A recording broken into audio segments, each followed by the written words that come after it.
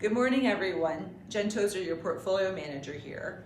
Now, I know you just saw me last week when I was talking about how it was spring and we're going to have lots of daisies out. And right now it's snowing up a storm and it looks like they might have to reopen the ski hills. But what can I say? That's just how it is here in Alberta. What I wanted to talk today about is about what does time horizon mean when you're investing?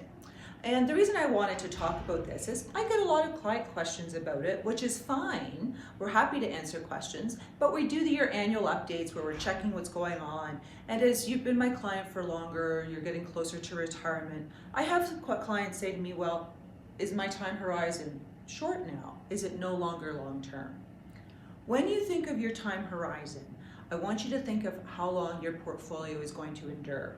And when I talk about that, and I talk about clients who are entering retirement or are about to enter retirement, I say, look, this is not 1950.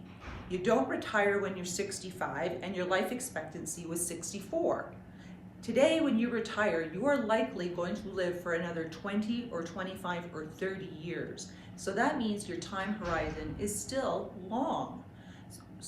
But I understand that your retirement horizon is now short.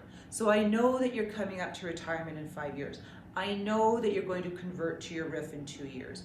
I understand these things, but that doesn't mean your time horizon is necessarily lower.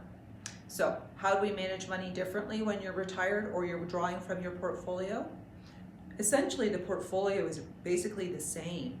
There might be some slight variations in the amount of fixed income that we hold, but the biggest thing that we do differently is we anticipate your cash flow needs and the cash flow that your portfolio is going to create.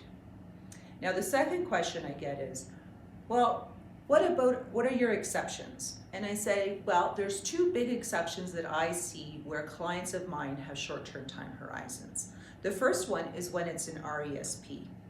An RESP account is generally designed to go to zero. So we're going to pay attention to when you actually start drawing money from that account. And the second time is in these new FSHA accounts. If you're going to buy a house in 2 years, then that's not a long time horizon. If you're putting money in the account and you don't know when you're going to buy a house, then maybe it's a long time horizon. That's a discussion we just have to have. And I guess the third one is, well, what if I've been retired for a long time? What if I'm 85 or 90 and I'm thinking, well, 10 years might be a stretch. Well, hopefully it's not a stretch. Hopefully you're all going to be centenarians.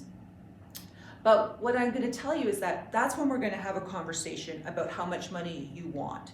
Because at that point, we're going to be able to say, you have enough money. Do you just want cash? Do you just want GICs? That's an option. Or is your portfolio going to be a legacy for your children and your family or your charity and you want it to endure? And then we're back to now it's a long-term time horizon because it's a perpetual portfolio. At any rate, I hope that clarifies some things for you, and give me a call if you have any more questions. We're here.